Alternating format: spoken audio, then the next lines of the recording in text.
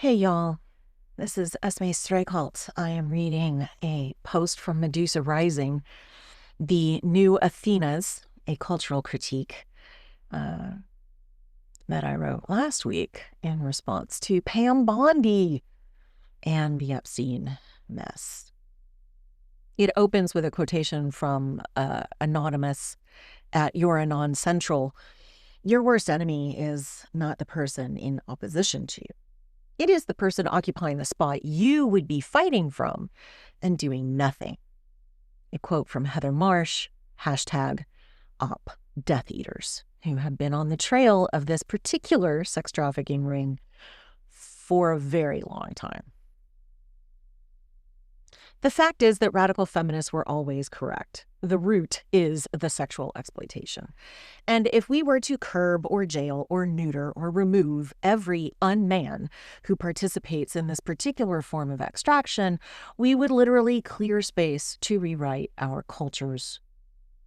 We may find some allies in weird places. I'm not saying we should ally with evangelical Christians, but I am saying take a look at the urgency in Tim Tebow's body as this man talks about the national emergency of child rape in the U.S. That is the energy we need to see in more women and men. Here there is a link to an interview with Tim about the child rape problem in the United States. The only thing we can do is get ready to start the mutation of our cultures into the matriarchy. This is the project. The first step is to stand together to smash the fascists who are inheritors of the advantages of the Epstein network. But what comes next cannot be a simple restoration. The art of taking power in order to destroy power is a delicate one. Women deserve serious and effective judicial approaches to violent crimes against women and children. From incest to rape to partner abuse to FGM to child marriage to honor killing, trafficking and prostitution, to the air-like ubiquity of pornography, to the disappearances and femicides, including forced sex-selective abortion.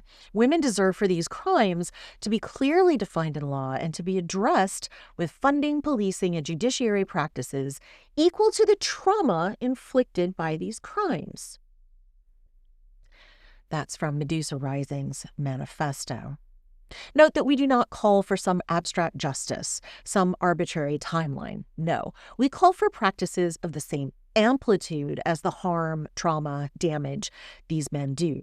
Their lives should be constrained. Their money should pay for their victims' recovery. Rich men, poor men, working class men, middle class men, their money should pay for their victims' recovery, and they should be reminded of their shame by the whole community all the days of their lives.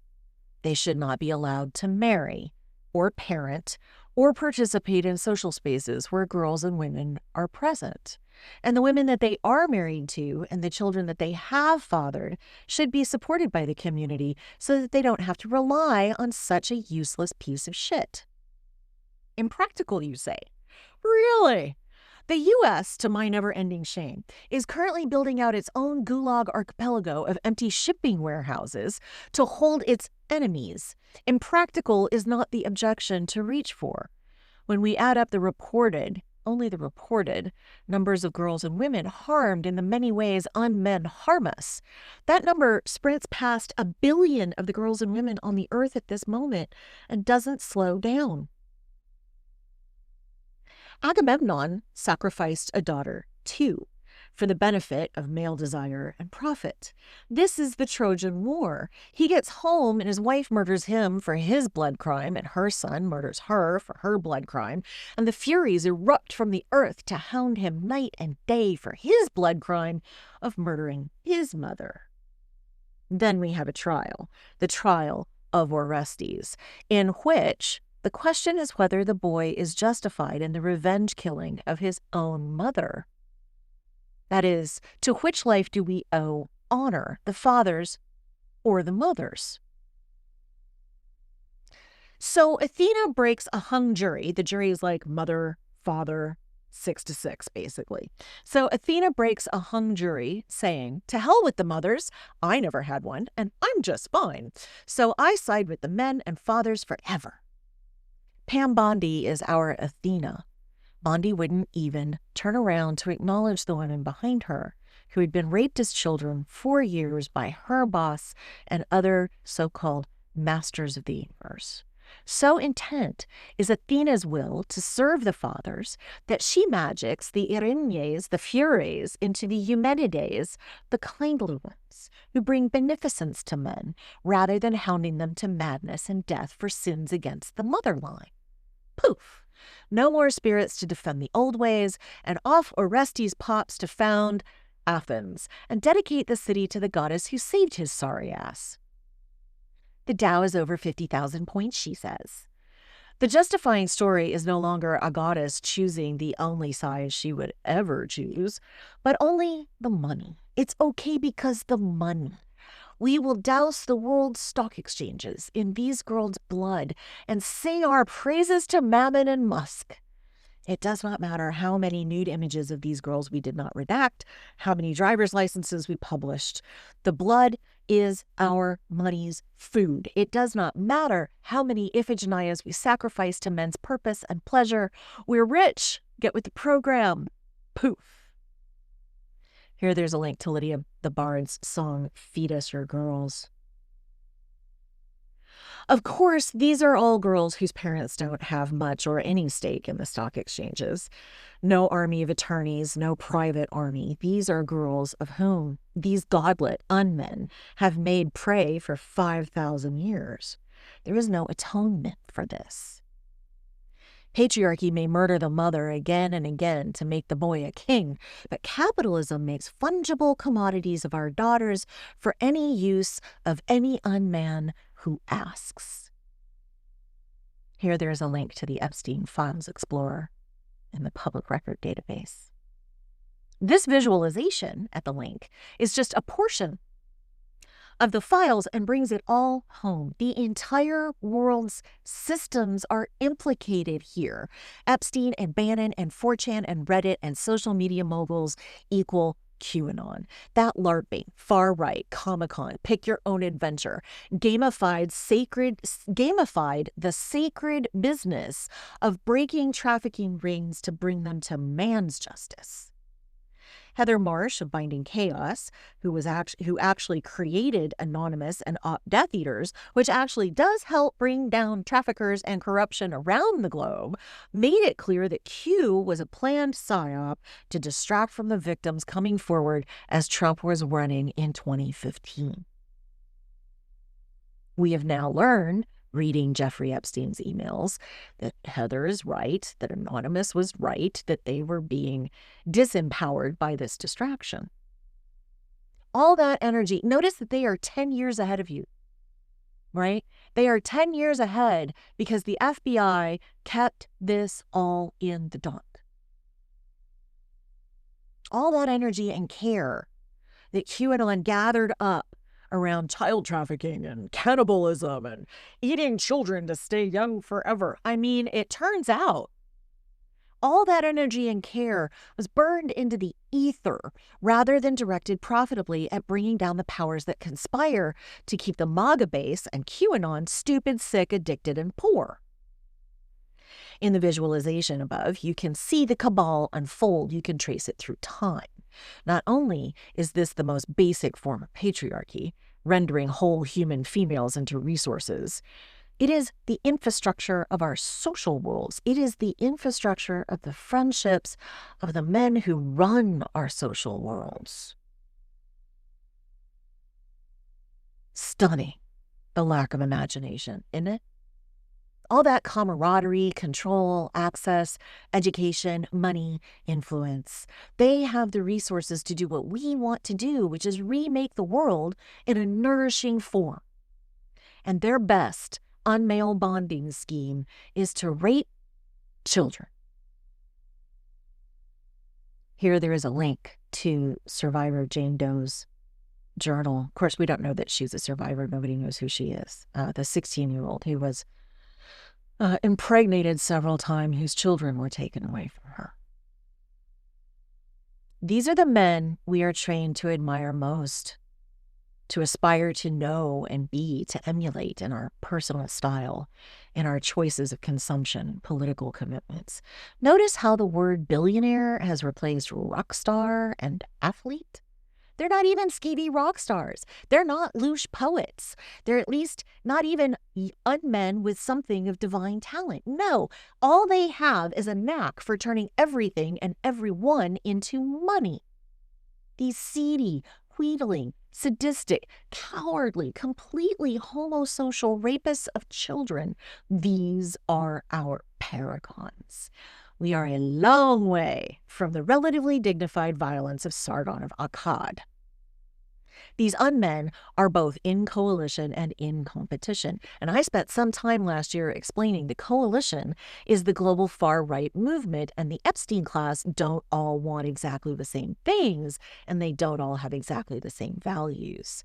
The authoritarian Christians and Elon Musk don't have the same worldview at all. The difference between soul and intelligence does matter, though both are kinds of idealist disembodiment. But they'll cooperate for the sake of the larger project of profiting from and controlling all of us. Feminists, meanwhile, have split and split, taking even honest short-sightedness for the thump of the bus's wheels. We must not do this anymore. We must not be easy with some of our name-taking comfort we must not be easy with some using our name, taking comfort from or siding with the fascists and racists, but we must find points of cooperation among each other and build ourselves some fucking power. We must bring the fractious, factional era of women's movement to an end. Otherwise, we will be doomed to trundle along being concerned, critical, and toothless. The cover-up is not recent. The various police forces ignoring reports from girls trapped in this sadist hellscape goes back to the late 1970s. Most of the cover-up is just the everyday blind eye turned on the suffering of girls and women. We Radmat Femmes have known for a long time that the whole system directs itself with regard to the vulnerable. No matter how their particular, we all know for a long time that the whole system indicts itself with regard to the vulnerable, no matter their particular demographic. The U.S. FBI and its DOJ received reports from victims and witnesses for decades. These children lived in violence under threat of death. Some seem to have been born into it by the rape of these girls. The trapdoor under Epstein's house is real, though what it's for is still not established. There are orders in his emails for 330 gallons of sulfuric acid. And the FBI, on the day the FBI opened its investigation into him. If you look at his emails and other documents in that document source, excuse me, not breathing correctly. I'm so mad about this. You can see that he followed the FBI's public newsletter like a journalist. But, that acid has many uses, including cleaning the 2 large swimming pools and the desalination necessary, given that the island has no standing source of potable water. But that does not mean that our fears of his use of that chemical are unfounded. What we do know is alarming enough that the horizon beyond which unthinkable could lie is farther and farther away every day. But we know, Radmat Femmes, who have a pretty clear-eyed view of just how much creativity some men put in harming girls and boys and women, that we can be forgiven for fearing the likelihood. We know in a way most law officers and justice advocates do not want to, just how purposeful such unmen are. Even our run-of-the-mill domestic abusers are acting with deliberation. His abuse is part of his value system. Here, there's a link to an interview with Lundy Bancroft about exactly how deliberate these men were. It's not the hottest new rad femme type to make these connections. We have long been blue in the face for confronting this wickedness from the forests of our exile. What concerns us is that here is our world now confronted at last with something like the full flavor of its dark heart, the yawning pit of vampiric want, that whirls at the center of all of our official culture's vaunted institutions, traditions, the whole way we make sense of the world. He who has the most impunity wins. He may eat the souls of as many as he likes. We will feed him more so that we may have a little. For this is what the emptiness in patriarchy's dark triad most loves to eat: the fear, the pain, even the moment the girl collapses into the inevitable. Feed us your girls indeed. Next to forcing that collapse of self into a thing, coming even, or shorting a housing market, or inventing a life-saving technology are nothing. There's no thrill there. They're not mad, manic, scattershot. It's not that we can't reason with these unmen, except that we have done so for decades, except that they have no reason to accept reason from us. They are the power we need to seize in order to destroy power, them and all their assets. Now, I suggest this because there are holes in the world where these girls who are now women, and new such girls every few seconds, whole and healthy lives once awaited them. The same is true for every Black and brown family shattered, every young Black man harassed, arrested, killed by our justice system. These breaches of our values, of our cultures, say they hold most dear are a particular kind of betrayal. They leave a particular kind of mark on a life and the world of that life, right? The pro-lifers keep telling us, what if we aborted another Mozart? I'm like, well, what if we raped her and she never made her symphony? What if we arrested him and he never created his sculpture? Societies that eat their young are doomed. Let us save the young and still doom the society. Sometimes the kindest thing you can do is end a thing. The Great Mother these little men keep killing is a creature of death, regeneration, life. She is the situation. She is both intimate and impersonal. She is the mother which births the lamb. She is the lamb. She is the mother of the wolf who feeds that lamb to her pups. A justice that is aligned with the mother's cycles and methods needs to be genuinely dignified, rather than performatively genteel. A justice system that embraces the reality that some harms are indeed worse than death. These godlets are afraid of the debt of life we all owe her. They are terrified of their vulnerability to the death that we all also owe her. Something in their fantasy of kingliness has convinced them that they are exceptions to the blood debt we all owe the Earth Mother and our mothers that must be paid either willingly and with grace and open-eyed trust in her processes, or after the Iranians have driven us all to raving self-destruction. I am not a peaceable person all the way through. I admire the energy of the Iranians, the Medusa, the Morgans. Radmat femmes may not want to admit this kind of energy to our politics, to our future world, but I, for one, could watch the crows eat Pam Bondi's eyes with resolved equilibrium, and then cheer as they moved on to these sinners against life itself. I know I have settled nothing here. I know this post brings nothing like comfort. The fuck of it is that history like this simply has to be lived through with all of the unrelenting determination, fortitude, and wisdom that we can bring to it. There are new Athenas on the march: Bondi, Maxwell, Levitt, Owens, Kelly, not a flicker of care for Iphigenia. Repeated cooperation with the male forces that comes against Medusa. acceptance of the constant rape of women and goddesses by the brother gods and their sons. It's not that these women feel safe so close to these godlet unknown. How can they? It's that they cannot feel us in themselves. They cannot hear the vibration of becoming, for Athena is a guardian of the grid, the order, of the law of the father, of that idealist and immortal permanence. But the vibrations of becoming, of being, are the deeper inevitability. We can begin to find power there. Those vibrations, the quantum music, the probabilistic buzz of particles that arise from them, these flow through us and our grief and rage and the resplendent unfolding of our communal joy and sensual pleasure. Feeling how we are oscillation and vibration, the troughs and crests of waves of being.